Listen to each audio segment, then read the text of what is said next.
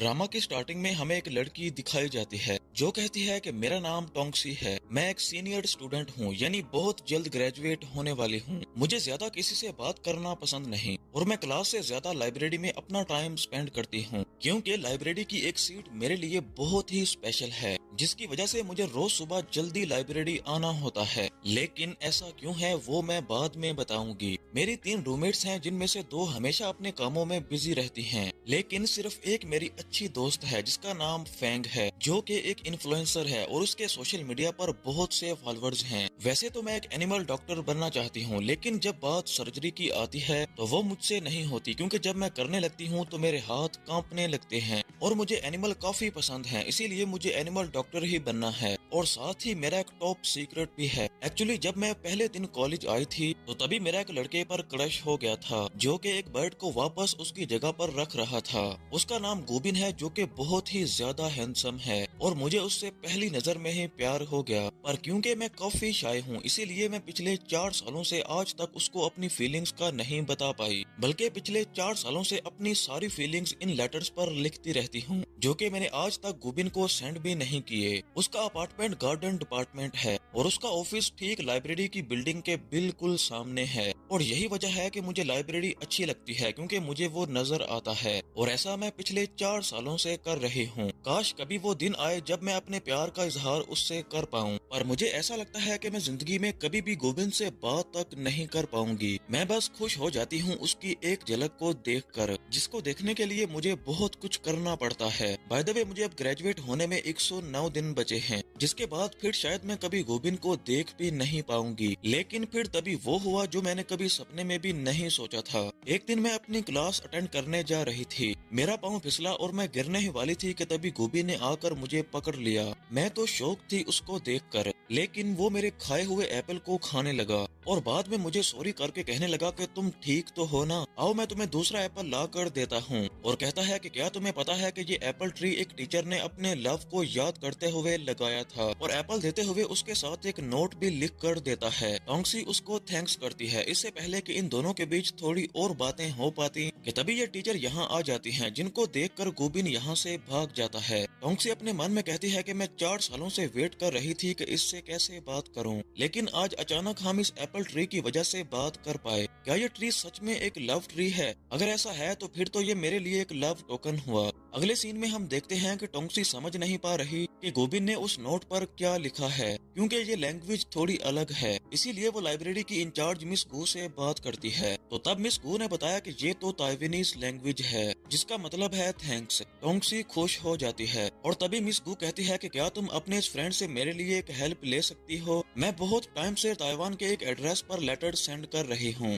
लेकिन आज तक मुझे रिप्लाई नहीं आया है, इसलिए मुझे जानना है कि वो एड्रेस ठीक है या नहीं। तो टोंक्सी मान जाती है, क्योंकि इस बहाने से वो गोबिन से बात कर पाएगी, इसीलिए वो हिम्मत करके गोबिन के स्टूडियो के बाहर आ जाती है, लेकिन अंदर जाने की हिम्मत नहीं कर पाती और तभी गोबिन ही वहाँ से बाहर आ जाता है। टोंक्सी उसको बताती है कि मुझे तुमसे काम है और वो कहता है कि ठीक है अंदर आ जाओ। और जब वो अंदर आती है तो अपने मन में कहती है कि फाइनली मैंने इस ऑफिस को अंदर से भी देख लिया। पिछले 4 सालों से इसको लाइब्रेरी से ही देख रही थी। फिर वो गोबिन को मिस गू की रिक्वेस्ट के बारे में बताती है कि मिस गू काफी टाइम से इस एड्रेस पर लेटर सेंड कर रही हैं, लेकिन कोई भी रिप्लाई नहीं आ रहा है। अगर तुम्हारा कोई दोस्त ताइवान में है तो क्या वो इस एड्रेस पर जाकर पता लगा सकता है कि आखिर माजरा क्या है, क्योंकि ये बात मिस गू के लिए काफी इम्पोर्टेंट है। तो गोबिन मान जाता है। टोंक्सी इतनी ज्यादा नर्वस थी कि बात खत्म होते ही वहाँ से भाग जाती है, क्योंकि उसने काफी मुश्किल से गोबिन के सामने खड़े होकर ये सारी बातें बोली थी। अब वो रूम में आती है और एक बार फिर से अपनी सारी फीलिंग्स उन लेटर्स पर लिखने लगती है कि आज मैंने गोबिन से बात करते हुए कैसा कैसा फील किया। साथ ही ये भी लिखती है कि ये मेरा 92 लेटर है, इसे भी मैं गोबिन को सेंड नहीं करूंगी बल्कि अपने पास संभाल कर रखूंगी। तभी टोंक्सी की रूममेट आती है और कहती है कि मैं बहुत सैड हूँ, क्योंकि मेरा फिर से ब्रेकअप हो चुका है, लेकिन मेरा सीन कम से कम क्लियर तो रहता है और तुम तो पिछले 4 सालों से सिर्फ एक ही लड़के के लिए लेटर्स लिखी जा रही हो। तो टोंक्सी कहती है कि मुझे ऐसे ही प्यार करना पसंद है, तुम मेरी फिक्र छोड़ो, जाकर अपनी नींद पूरी करो। अगली सुबह जब टोंक्सी सोकर उठती है तो वो देखती है कि कल रात जो लेटर उसने लिखा था वो वहाँ से गायब है। टोंगसी की फ्रेंड कहती है कि वो तो मैंने गोबिन को सेंड कर दिया है, क्योंकि तुम तो कभी अपनी फीलिंग्स उसको बताती ही नहीं, इसीलिए मैंने सोचा कि मैं ही तुम्हारी हेल्प कर दूं। टोंगसी अपनी फ्रेंड पर काफी गुस्सा होती है और जल्दी से गोबिन की तरफ भागती है। जब गोबिन के ऑफिस में आती है तो वो देखती है कि गोबिन ने अभी उस लेटर को ओपन नहीं किया है, इसीलिए वो चुपके से उस लेटर को चुरा कर वहाँ से भागने वाली होती है। लेकिन गोबिन उसको देख लेता है और पूछता है कि आखिर क्यों तुम इस लेटर को ले जाने वाली हो। तो टोंगसी कहती है कि एक्चुअली ये लेटर मैंने तुम्हारे लिए नहीं बल्कि तुम्हारे बेस्ट फ्रेंड चुल के लिए लिखा था, जिसको मैं पसंद करती हूँ। गोबिन हैरान होकर पूछता है कि अच्छा, तो तुम मेरे बेस्ट फ्रेंड को पसंद करती हो, और कहता है कि ठीक है, मैं तुम्हारी हेल्प करूंगा इस लव स्टोरी को कंप्लीट करने में। तो टोंगसी चुप रहती है क्योंकि उसने बात को संभालने के बजाय और ज्यादा रायता फैला दिया था। वो लेटर वहाँ से लेती है और वहाँ से भागकर बाहर आ जाती है। बाहर भी वो काफी ज्यादा परेशान होती है और सोचती है कि अब मैं गोबिन के फ्रेंड चुल को कैसे फेस करूंगी। फिर हमें दिखाया जाता है कि जब भी टोंगसी गोबिन को उसके फ्रेंड के साथ देखती है तो वो उन दोनों की नजरों से दूर हो जाती है। जब वो अपनी फ्रेंड के साथ थी तो तब भी वो इन दोनों को अपने सामने आता हुआ देखकर वहाँ से भाग जाती हैं। रात को टोंगसी की फ्रेंड फैंग सभी को अपने न्यू बॉयफ्रेंड से इंट्रोड्यूस करवाती है तो टोंगसी खुश होती है और कहती है कि भले ही मैं अपनी फीलिंग्स किसी को नहीं बता पाती, लेकिन मुझे खुशी है कि मेरी फ्रेंड फैंग मेरी तरह नहीं है। उसे जो पसंद आता है उसको वो अपनी फीलिंग्स बताती है और डेट पर चली जाती है। और ऐसे ही काफी दिन गुजर जाते हैं। एक दिन जब टोंगसी अपनी लैब में काम कर रही थी तभी गोबिन अपने दोस्त के साथ यहाँ आ जाता है तो टोंगसी इन दोनों को देखकर काफी नर्वस हो जाती है। दरअसल ये दोनों एक कैट को दिखाने के लिए लाए होते हैं, लेकिन फिर बाद में गोबिन टोंगसी को रात को मूवी देखने के लिए कहता है जहाँ ये तीनों ही जाएंगे। एक्चुअली गोबिन ऐसा इसलिए कर रहा है ताकि चुल और टोंगसी आपस में एक दूसरे के साथ हो सकें। लेकिन शाम हो जाती है और टोंगसी मूवी देखने नहीं जाती तो तब फैंग टोंगसी को समझाती है कि भले ही गोबिन अभी सिचुएशन को समझ नहीं पा रहा, लेकिन तुम तब भी मूवी देखने जाओ ताकि तुम ज्यादा से ज्यादा टाइम गोबिन के साथ स्पेंड कर पाओ और उसकी अच्छी दोस्त बन जाओ। और टोंगसी मान जाती है। और अगले सीन में हम इन तीनों को थिएटर में देखते हैं। टोंगसी का मूड वैसे तो ठीक था क्योंकि वो गोबिन के साथ जो मूवी देख रही है, लेकिन वो अपने आगे वाली सीट में देखती है कि एक लड़का किसी लड़की के साथ रोमांस कर रहा है। वो और कोई नहीं बल्कि उसकी फ्रेंड फैंग का न्यू बॉयफ्रेंड है, इसीलिए वो उस लड़के का पीछा करती है। वो उसका पीछा करते करते एक बार में आ जाती है जहाँ वो काफी लड़कों के बीच फंस जाती है जो बुरी तरह से ड्रंक थे और टोंगसी को जाने नहीं दे रहे थे। तो तब गोबिन यहाँ आकर टोंगसी को बचा लेता है, लेकिन टोंगसी जल्दी से यहाँ से चली जाती है क्योंकि उसे फैंग के बॉयफ्रेंड को पकड़ना था। जब वो वॉशरूम में आती है तो वो छुप कर उन दोनों की वीडियो रिकॉर्ड कर लेती है, लेकिन तभी ये दोनों वीडियो रिकॉर्ड करते हुए उसे देख लेते हैं। तीनों के बीच फाइट हो जाती है और जब वो लड़की टोंगसी पर हाथ उठाने ही वाली होती है तभी जल्दी से गोबिन आ जाता है और उस लड़की का हाथ पकड़ लेता है। इसके बाद गोबिन और उस लड़के की फाइट होना शुरू हो जाती है और वहीं टोंगसी और वो लड़की भी आपस में काफी लड़ती हैं। चारों एक दूसरे को काफी मार रहे थे, लेकिन तभी चुल भी यहाँ आ जाता है और साथ में गार्ड्स भी यहाँ पर आ जाते हैं, जिसकी वजह से इन सभी को यहाँ से भागना पड़ता है। अब ये तीनों गोबिन के ऑफिस में आ जाते हैं जहाँ टोंगसी गोबिन के जख्मों पर पट्टियां कर रही थी, लेकिन जब गोबिन भी टोंगसी के जख्मों पर मरहम पट्टी लगाता है तो तब टोंगसी काफी ज्यादा नर्वस हो जाती है क्योंकि ये दोनों एक दूसरे के काफी ज्यादा क्लोज थे। अगले दिन टोंगसी काफी परेशान है और कहती है कि मैं फैंग को उसके बॉयफ्रेंड के बारे में कैसे बताऊं। तो गोबिन कहता है कि ठीक है, तुम वो वीडियो मुझे दे दो और मैं उसको सेंड कर दूंगा क्योंकि वो तो मुझे जानती ही नहीं। अगले सीन में हम देखते हैं कि गोबिन टोंगसी के साथ मिस गो के घर पर आया है और वो बता रहा है कि जिस एड्रेस के बारे में आपने पता करने के लिए बोला था मैंने उसका पता लगा लिया है। आप जिसको लेटर सेंड करती थी वो अब वहाँ पर नहीं रहता, बल्कि उसने अपना घर कहीं और शिफ्ट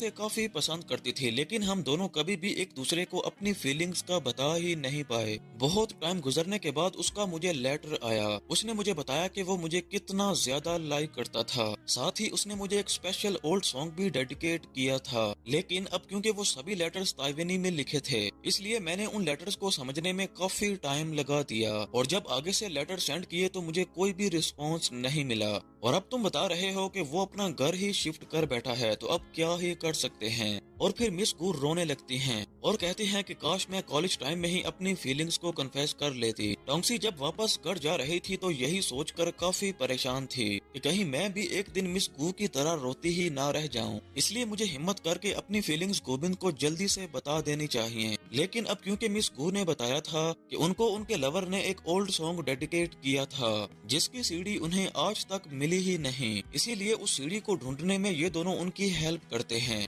और काफी सर्च करने के बाद फाइनली ये दोनों उस सीडी को ढूंढ ही लेते हैं। और जब मिस गू वो सॉन्ग सुनती हैं तो वो काफी इमोशनल हो जाती हैं और रोने लगती हैं और अपने लवर को मिस कर रही थीं क्योंकि वो सॉन्ग की एक एक लाइन को समझ रही थीं। साथ ही मिस गू इन दोनों को दिल से थैंक्स करती हैं। अगले सीन में हम देखते हैं कि गोविंद ने टोंक्सी और चुल की एक डेट फिक्स करवाई थी जहां चुल काफी सीरियस नजर आ रहा था और कहता है कि माफ करना, अब मैं तुम्हें जो भी कहने जा रहा हूं शायद उससे तुम्हें कई रातों तक नींद भी ना आए, लेकिन मेरा सच बताना भी जरूरी है और वो ये है कि मैं तुम्हें लाइक नहीं करता बल्कि मैं तुम्हारी फ्रेंड फैंग को लाइक करता हूँ। टोंक्सी खुश हो जाती है क्योंकि वो कौन सा इसको पसंद करती थी, इसीलिए कहती है कि तुम परेशान नहीं हो, मैं भी किसी और को पसंद करती हूँ। तो कुछ इस तरह इन दोनों की प्रॉब्लम सोल्व हो जाती है। अब हम देखते हैं कि टोंक्सी और गोविंद दोनों एक दूसरे से चैटिंग करने लगते हैं, ज्यादा से ज्यादा टाइम एक दूसरे के साथ स्पेंड करते हैं। दोनों के एग्जाम भी होने वाले हैं इसीलिए काफी मेहनत भी करते हैं।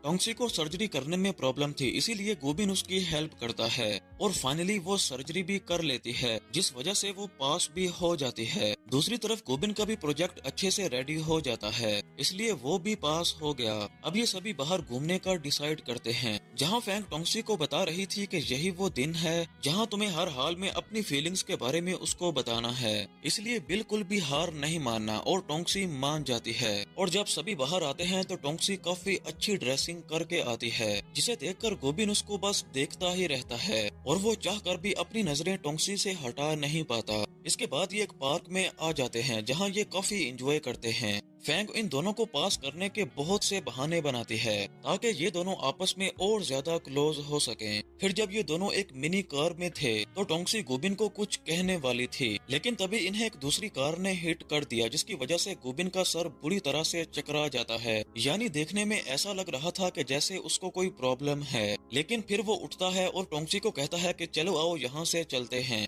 घर जाते हुए फैंग इनको कहती है कि सॉरी टैक्सी फुल हो गई है और अब तुम दोनों साथ में आ जाना। तो तब गोविंद टोंक्सी को घर लेकर नहीं आता बल्कि कहीं और ही लेकर आ जाता है जो कि टोंक्सी को काफी ज्यादा पसंद आता है। दोनों यहाँ काफी सारी बातें करते हैं और फिर टोंक्सी गोविंद को अपने पढ़े हुए लेटर्स पढ़कर सुनाने लगती है जहाँ वो सब बता देती है कि मैं तुम्हें डे 1 से लाइक करती हूँ। जब मैंने तुम्हें उन बर्ड्स की हेल्प करते हुए देखा तो मुझे उसी दिन तुमसे प्यार हो गया और मैं हर दिन चोरों की तरह तुम्हारा पीछा करने लगी और मैंने ही छुपकर तुम्हारी उस फोटो को निकाला था जो तुमने अपने ऑफिस के बाहर लगाई थी। साथ ही मैं तुम्हारी क्लास में भी आती थी ताकि तुम्हें देख सकूं, लेकिन तुम कभी मुझे क्लास में दिखे ही नहीं। मैं हर रोज तुम्हारा ही इंतजार करती रहती थी और जानबूझकर तुम्हारे सामने से गुजर कर जाती थी ताकि तुम्हें देख सकूं। और मुझे ये सब करना बहुत अच्छा लगता था क्योंकि इस बहाने मैं तुम्हें देख पाती थी। और फाइनली हम उस दिन मिले जब तुमने मुझे गिरने से बचाया था और मेरे एप्पल को खाने लगे। हमारी दोस्ती धीरे धीरे बढ़ती गई और सब कुछ मेरे सपने जैसा था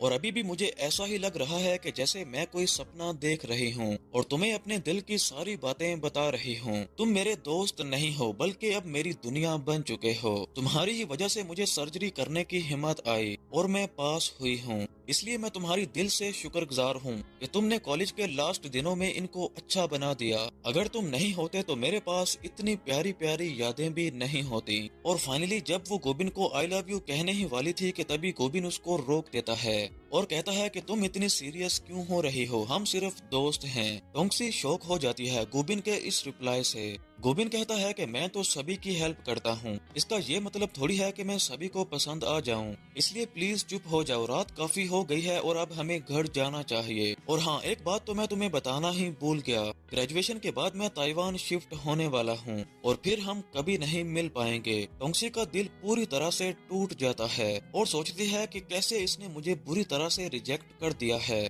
वो सोचती है कि मैं पता नहीं कितनी ज्यादा बुरी हूँ कि इसे मैं पसंद ही नहीं हूँ। ऐसे ही कुछ दिन गुजर जाते हैं और हमें पता चलता है कि अब ये दोनों आपस में नहीं मिलते। वो पूरा पूरा दिन उदास रहती है, शांत हो चुकी है, ना किसी से बात करती है और ना ही किसी से मिलती है, क्योंकि उसे रिजेक्ट होने से ज्यादा दुख इस बात का था कि गोभी ने उसको आई लव यू तक नहीं कहने दिया। टोंक्सी इतनी ज्यादा टूट चुकी थी कि जैसे उसकी दुनिया ही खत्म हो गई हो। वो बस पूरा पूरा टाइम अकेले ही रहने लगी। ऐसे ही ग्रेजुएशन से एक दिन पहले इनको पार्टी में बुलाया जाता है। अब हम ग्रेजुएशन डे देखते हैं जहाँ सब लोग बहुत ज्यादा खुश होते हैं, लेकिन सिर्फ टोंक्सी थी जिसे किसी भी बात की कोई खुशी नहीं थी। और जब वो यहाँ से जाने लगती है तो वो देखती है कि गोबिन के प्रोजेक्ट को फर्स्ट रैंक मिली है और उसके साथ में उसने अपना सिंगल फोटो नहीं बल्कि टोंक्सी के साथ में फोटो लगाई हुई है। टोंक्सी सोचने लगती है कि अब इसका क्या मतलब है, इसीलिए वो ये बात पूछने के लिए बॉयज हॉस्टल आ जाती है। लेकिन चुल बताता है कि गोबिन तो कब का एयरपोर्ट के लिए निकल गया है। टोंक्सी भागती हुई एयरपोर्ट आ जाती है और जोर जोर से गोबिन का नाम लेने लगती है। गोबिन शॉक हो जाता है कि ये मेरे पीछे क्या लेने आ गई और टोंक्सी उसको जोर जोर से आई लव यू कहने लगती है। यानी वो यहाँ पर साफ साफ क्लियर कर देती है कि मैं तुमसे प्यार करती हूँ, लेकिन अब मुझे बदले में कुछ नहीं चाहिए, मैं बस तुम्हें खुश देखना चाहती हूँ। मैं चाहती हूँ कि तुम जिस भी लड़की के साथ रहो बस खुश रहो। अगर आज मैं तुम्हें ये सब नहीं कहती तो मुझे भी मिस गू की तरह रिग्रेट ही रहता। गोबिन उसकी तरफ देखकर कुछ नहीं कहता और स्माइल करता है। इसके बाद सीन कट होता है और स्टोरी को पूरे 1 साल बाद दिखाया जाता है, जहाँ टोंक्सी अपनी फ्रेंड फैंग से मिलती है और पता चलता है कि चुल और फैंग अब डेट कर रहे हैं। साथ ही टोंक्सी भी काफी ज्यादा सक्सेसफुल बन चुकी थी। रात को जब वो घर जा रही थी तो बताती है कि मिस गू की डेथ हो चुकी है, जिसका मुझे अफसोस है। तभी वो गोबिन को मिस करने लगती है, इसीलिए वो गोबिन की सीक्रेट प्लेस पर आ जाती है, जहाँ की कंडीशन पहले की तरह नहीं थी, बिल्कुल खराब हो चुकी थी। शॉकिंग बात ये थी कि यहाँ लेटर बॉक्स में एक लेटर भी पड़ा हुआ था जो कि गोबिन ने ही लिख के छोड़ा हुआ था। टोंक्सी उस लेटर को जल्दी जल्दी से रीड करने लगती है और उसे पता चलता है कि ये लेटर मेरे लिए ही लिखा गया है। वो शॉक हो जाती है ये जानकर के गोबिन ने भी इसमें अपनी फीलिंग्स को बताया हुआ है। गोबिन ने बताया कि जब मैं मिस गू के लवर के घर गया तो मुझे पता चला कि उनकी डेथ हुए काफी साल हो चुके हैं और उनके सामान में मुझे काफी सारे लेटर्स मिले थे जो कि मैंने मिस गू को लाकर दे दिए थे, क्योंकि वो सभी मिस गू के लिए ही थे और ये सभी वो लेटर्स थे जो मिस गू के लवर ने शुरुआत में लिखे थे। मिस गू बहुत ज्यादा रोती हैं, लेकिन मैंने उनको समझाया कि आप परेशान ना हो, वो जहाँ भी हैं वो खुश होंगे, क्योंकि आप तक ये सब बातें पहुँच चुकी हैं। हमने उन लेटर्स की बोट बनाकर उनको पानी में बहा दिया। फिर गोबिन अपना सबसे बड़ा सीक्रेट जाहिर करता है और कहता है कि जिस दिन तुमने मुझे सबसे पहले देखा था उस दिन मैंने भी तुम्हें पहली बार देखा था और मुझे भी तुमसे पहली नजर वाला प्यार हो गया था, क्योंकि तुम्हारा प्यारा फेस उस भीड़ में अलग ही दिख रहा था, जिसकी आंखों में मेरे लिए फिक्र थी कि कहीं मैं गिर न जाऊं। इसीलिए उस दिन मैं भी तुमसे प्यार कर बैठा था। जब तुम मुझे देखने के लिए मेरी क्लास में आई होती थी और मैं वहाँ पर नहीं होता था, दरअसल उस टाइम मैं तुम्हें देखने के लिए तुम्हारी क्लास में गया होता था। तो कुछ इस तरह हम इतने पास होते हुए भी एक दूसरे से कभी मिल ही नहीं पाए। और जब जब तुम प्लान बनाकर मुझे चुपके से देखने आती थी तो मैं भी तुम्हें फुल नोटिस किया करता था, लेकिन अफसोस की बात है कि मैं भी कभी हिम्मत कर ही नहीं पाया। और आखिरकार मैं उस दिन तुम्हें मिला जब मैंने तुम्हें गिरने से बचाया था। मैं जानबूझकर तुम्हारे पास आया था ताकि मैं तुमसे बात कर पाऊं। मैंने भी ट्रिक लगाकर तुम्हें वो ताइवानीज लैंग्वेज में लेटर लिखा और सोचा था कि इसका मतलब पूछने के लिए तुम मेरे पास बार बार आओगी, लेकिन मेरी तो किस्मत ही खराब थी, क्योंकि तुमने उसी दिन उन वर्ड्स का पता कर लिया।